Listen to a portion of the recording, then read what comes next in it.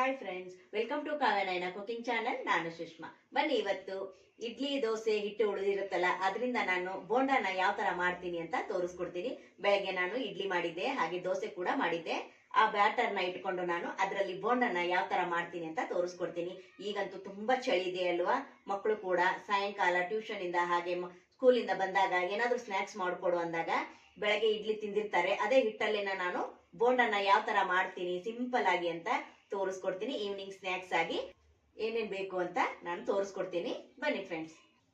ಸಣ್ಣದಾಗಿ ಕರಿಬೇವನ್ನ ಕಟ್ ಮಾಡಿ ಇಟ್ಕೊಂಡಿದ್ದೀನಿ. ಹಾಗೆ ರುಚಿಗೆ ತಕ್ಕಷ್ಟು ಉಪ್ಪು, ಹಾಗೆ ಸ್ವಲ್ಪ ಸೋಡಾ ತಗೊಂಡಿದ್ದೀನಿ. ಬೇಕಂದ್ರೆ ಹಾಕೊಳ್ಳಿ, ಬೇಡ ಆದ್ರೆ ಹಾಗೆ ಮಾಡ್ಕೋಬಹುದು. ಹಾಗೆ 1 ಕಪ್ ಅಷ್ಟು ಕಡಲೆ ಹಿಟ್ಟು ತಗೊಂಡಿದ್ದೀನಿ. ನೋಡ್ಕೊಂಡು ಎಷ್ಟು ಬೇಕು ಅಂತ ನೋಡ್ಕೊಂಡು ಕಲಿಸ್ಕೋಬೇಕಾಗುತ್ತೆ. ಈಗ 1 ಕಪ್ ಅಷ್ಟು ಸಣ್ಣದಾಗಿ ಕಟ್ ಮಾಡ್ಕೊಂಡಿರೋ ಈರುಳ್ಳಿ ತಗೊಂಡಿದ್ದೀನಿ. ಹಾಗೆ ಜೀರಿಗೆ 1 ಟೇಬಲ್ ಸ್ಪೂನ್ ಅಷ್ಟು, ಕೊತ್ತಂಬರಿ ಸೊಪ್ಪು ಸ್ವಲ್ಪ, ಹಾಗೆ ಸಣ್ಣ ರವೆ, ಉಪ್ಪಿಟ್ಟು ರವೆ ತಗೊಂಡಿದ್ದೀನಿ. 4 ಚಮಚದಷ್ಟು ತಗೊಂಡಿದ್ದೀನಿ. ಹಾಗೆ ಶುಂಠಿನ ತುರಿದು ಬಿಟ್ಟು ತಗೊಂಡಿದ್ದೀನಿ. ಹಾಗೆ ಕೆಂಪು ಹಣ್ಣು ಮೆಣಸಿನ್ಕಾಯಿ ತಗೊಂಡಿದ್ದೀನಿ. ನಿಮ್ಮ ಹತ್ರ ಹಸಿ ಮೆಣಸಿನ್ಕಾಯಿ ಇದ್ರೆ ಹಸಿ ಮೆಣಸಿನ್ಕಾಯಿನೇ ತಗೋಬಹುದು. ನೋಡಿ, ಬೆಳಗ್ಗೆ ನಾನು ದೋಸೆ ಮಾಡಿದಾಗ ಹಿಟ್ಟು ಮಿಕ್ಕಿತ್ತು. ಅದನ್ನ ನಾನೀಗ 1 ಬೌಲ್ ಅಷ್ಟು ತಗೊಂಡು ನಾನು ಈವ್ನಿಂಗ್ ಸ್ನಾಕ್ಸ್ ಬೋಂಡಾನ ಮಾಡಿ ತೋರಿಸ್ತಾ ಇದ್ದೀನಿ ಫ್ರೆಂಡ್ಸ್. 1 ಬೌಲ್ನ ಇಟ್ಕೊಂಡಿದ್ದೀನಿ. ದೋಸೆ ಹಿಟ್ಟು ನಿಮ್ಗೆ ಎಷ್ಟು ಬೇಕೋ, ನೀವು ಎಷ್ಟು ಜನಕ್ಕೆ ಮಾಡ್ತಾ ಇದ್ದೀರೋ ಅದರ ಮೇಲೆ ನೀವು ದೋಸೆ ಹಿಟ್ಟನ್ನ ತಗೋಬಹುದು. ನಾನು ದೋಸೆ ಹಿಟ್ಟಿಗೆ ಉಪ್ಪೇನು ಸೇರಿಸಿಲ್ಲ. ಹಾಗೆ ರಾತ್ರಿ ಇಡೀ ಇಟ್ಟಿದ್ನೆಲ್ಲ ಬೆಳಗ್ಗೆ ಅಷ್ಟೊತ್ತಿಗೆ ಹುಳಿ ಬಂದಿತ್ತು. ಅದಕ್ಕೋಸ್ಕರ ನಾನು 2 ಸೌಟ್ ಆಗುವಷ್ಟು ನೋಡಿ ದೋಸೆ ಹಿಟ್ಟನ್ನ ತಗೋತಾ ಇದ್ದೀನಿ. ಇನ್ನು ಗಟ್ಟಿನೇ ಇದೆ, ನಾನು ನೀರು ಕೂಡ ಮಿಕ್ಸ್ ಮಾಡಿಲ್ಲ. ನೋಡಿ, ನಿಮಗೆ ಎಷ್ಟು ಬೇಕೋ ಅಷ್ಟು ಜನಕ್ಕೆ ನಾವು ತಗೋಬೇಕಾಗುತ್ತೆ. ನಾನು 3 ಸೌಟ್ ಆಗುವಷ್ಟು ತಗೊಂಡಿದ್ದೀನಿ. ಇದಕ್ಕೇನೆ ನಾನು ಶುಂಠಿನ ಸೇರಿಸ್ತಾ ಇದ್ದೀನಿ. ಹಾಗೆ ಕರಿಬೇವು ಕೂಡ ಸೇರಿಸ್ತಾ ಇದ್ದೀನಿ. ಹಾಗೆ ಹಸಿರು ಮೆಣಸಿನ್ಕಾಯಿ ಕೂಡ ಸೇರಿಸ್ತಾ ಇದ್ದೀನಿ. ಹಾಗೆ ಜೀರಿಗೆ ಕೂಡ ಸೇರಿಸ್ಕೊತಾ ಇದ್ದೀನಿ. ಹಾಗೆ ಕೊತ್ತಂಬರಿ ಸೊಪ್ಪನ್ನ ಸೇರಿಸ್ತಾ ಇದ್ದೀನಿ. ಹಾಗೆ ಸಣ್ಣದಾಗಿ ಕಟ್ ಮಾಡ್ಕೊಂಡಿರೋ ಈರುಳ್ಳಿ ನೀವು ಜಾಸ್ತಿ ಹಾಕೊಂಡ್ರು ಕೂಡ ತುಂಬಾ ಚೆನ್ನಾಗಿರುತ್ತೆ. ಅದಕ್ಕೋಸ್ಕರ 1 ಕಪ್ ಆಗುವಷ್ಟು ನಾನು ಸೇರಿಸ್ಕೊಂಡಿದ್ದೀನಿ.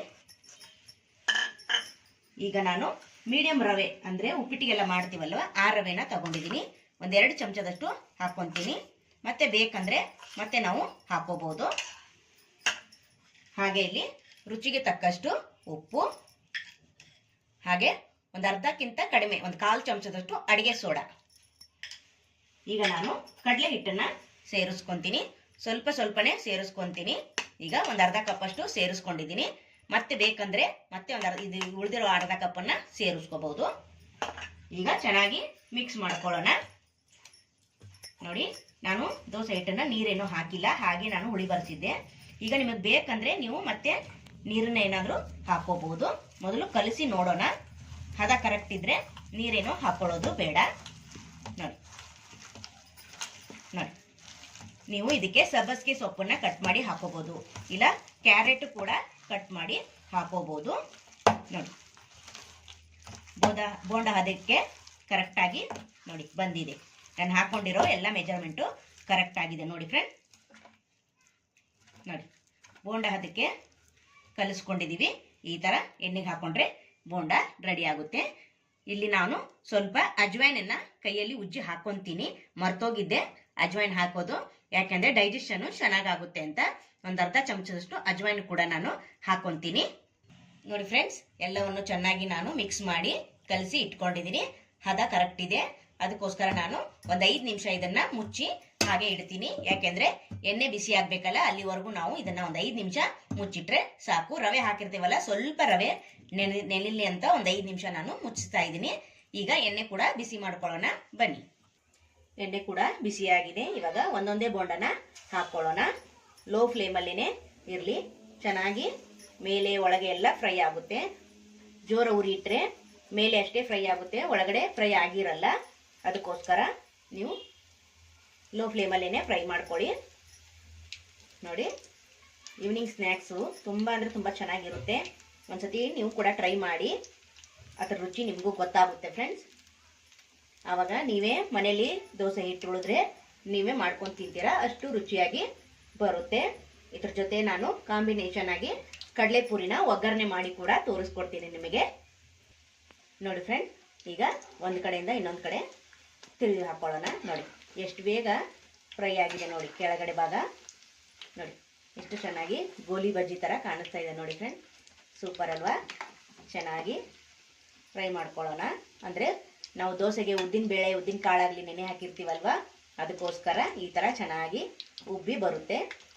ನೀವು ಸೋಡಾ ಹಾಕದೇ ಇದ್ದರೂ ಪರವಾಗಿಲ್ಲ, ಉದ್ದಿನ ಕಾಳಂತೂ ಇದ್ದೇ ಇರುತ್ತೆ. ಅದಕ್ಕೋಸ್ಕರ ನೋಡಿ ಈಗ ಚೆನ್ನಾಗಿ ಈ ಥರ ಫ್ರೈ ಮಾಡಿಕೊಂಡು ನಿಮಗೆ ಕಲರು ಚೇಂಜ್ ಆಗಬೇಕು.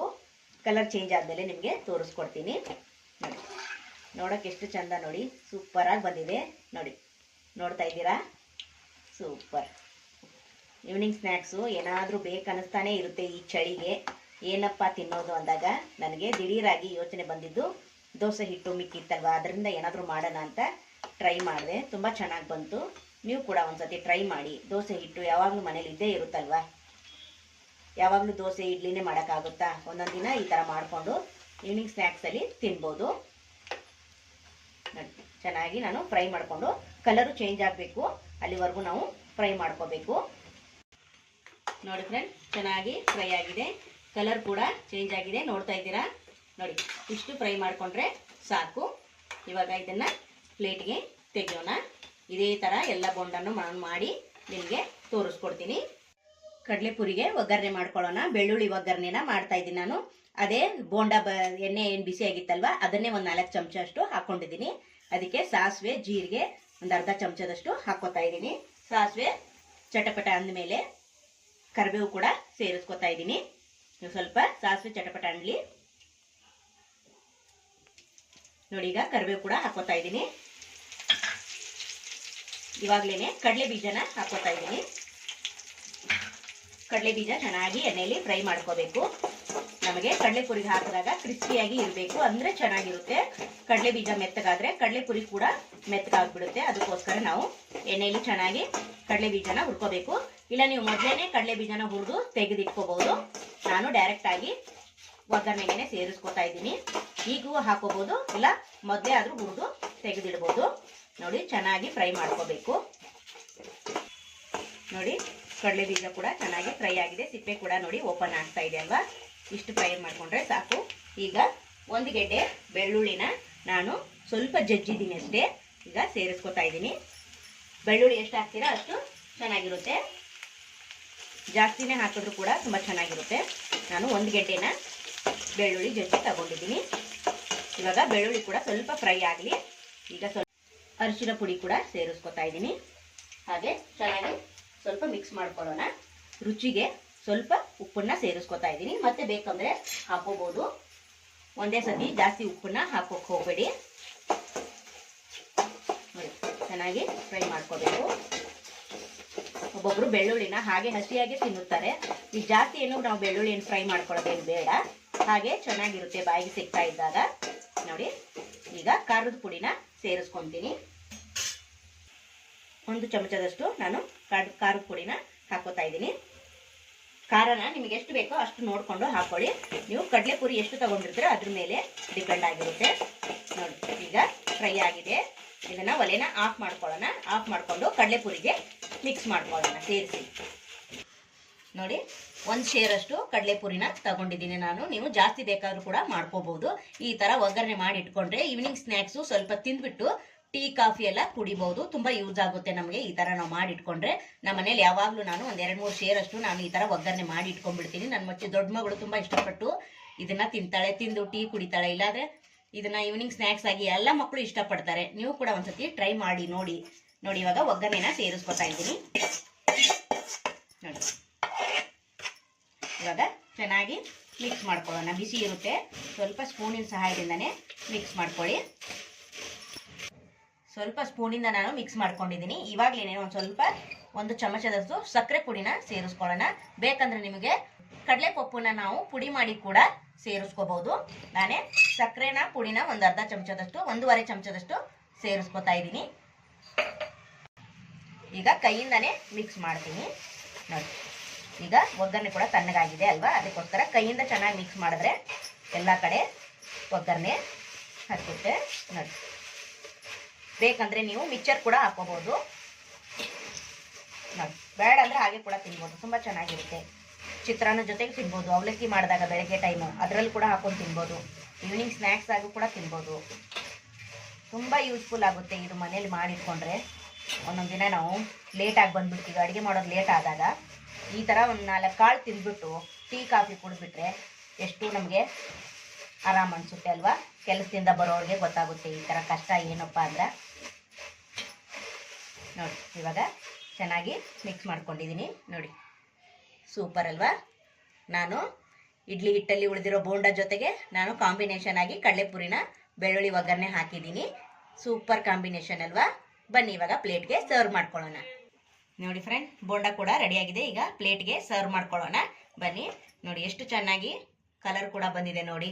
ಯಾರಾದರೂ ಇದು ದೋಸೆ ಹಿಟ್ಟಲ್ಲಿ ಮಾಡಿದ್ದೀವಿ ಬೋಂಡ ಅಂತ ಅನ್ಕೊಂತೀರಾ, ಗೊತ್ತಾಗುತ್ತಾ? ಇಲ್ಲ ತಾನೆ? ತಿನ್ನೋವಾಗ ಅಂತೀ ಅಬ್ಬಾ ಎಮ್ಮಿ ಸಖತ್ತಾಗಿದೆ ಫ್ರೆಂಡ್ಸ್. ಈಗ ಪ್ಲೇಟ್ಗೆ ಸರ್ವ್ ಮಾಡ್ಕೊತೀನಿ ನೋಡಿ. ಎಷ್ಟು ಕ್ರಿಸ್ಪಿಯಾಗಿ ಬಂದಿದೆ ನೋಡಿ ಫ್ರೆಂಡ್ಸ್, ಸೂಪರ್ ನೋಡಿ. ವಾವ್, ನೋಡಿದ್ರೆ ಬಾಯಲ್ಲಿ ನೀರು ಬರ್ತಾ ಇರ್ಬೇಕಲ್ವಾ ಫ್ರೆಂಡ್ಸ್. ನೀವು ಕೂಡ ಒಂದ್ಸತಿ ಟ್ರೈ ಮಾಡಿ ನೋಡಿ. ಈಗ ಕಡಲೆಪುರಿ ಕೂಡ ಸರ್ವ್ ಮಾಡ್ತೀನಿ ನೋಡಿ. ನೀವು ಮಿಕ್ಸ್ಚರ್ ಕೂಡ ಇದ್ರೆ ಹಾಕೊಳ್ಳಿ ಅಂತ ಹೇಳಿದ್ನಲ್ಲ ಅವಾಗಲೇ, ನಮ್ಮ ಹತ್ರ ಇರಲಿಲ್ಲ, ಅದಕ್ಕೋಸ್ಕರ ನಾನು ಹಾಗೆ ಸರ್ವ್ ಮಾಡ್ತಾ ಇದ್ದೀನಿ ನೋಡಿ. ಕಡಲೆಪುರಿ ಒಂದಿದ್ರೆ ಸಾಕು, ತಿನ್ನೋವಾಗ ತುಂಬ ಚೆನ್ನಾಗಿರುತ್ತೆ ನೋಡಿ. ಸೂಪರ್ ಅಲ್ವಾ. ಎರಡು ಕಾಂಬಿನೇಷನು ಸಖತ್ತಾಗಿ ಬಂದಿದೆ, ಸೂಪರ್. ನೀವು ಕೂಡ ಒಂದ್ಸತಿ ಟ್ರೈ ಮಾಡಿ, ಹಾಗೆ ನಿಮ್ಮ ಫ್ರೆಂಡ್ಸ್ ಫ್ಯಾಮಿಲಿಗೂ ಕೂಡ ಶೇರ್ ಮಾಡಿ, ನಮ್ಮ ವಿಡಿಯೋನ ಸಪೋರ್ಟ್ ಮಾಡಿ ನೋಡಿ ಫ್ರೆಂಡ್. ಸೂಪರ್ ಅಲ್ವಾ, ಎಷ್ಟು ಸಖತ್ತಾಗಿ ಬಂದಿದೆ. ಟೇಸ್ಟ್ ಕೂಡ ಅಷ್ಟೇ ಚೆನ್ನಾಗಿದೆ.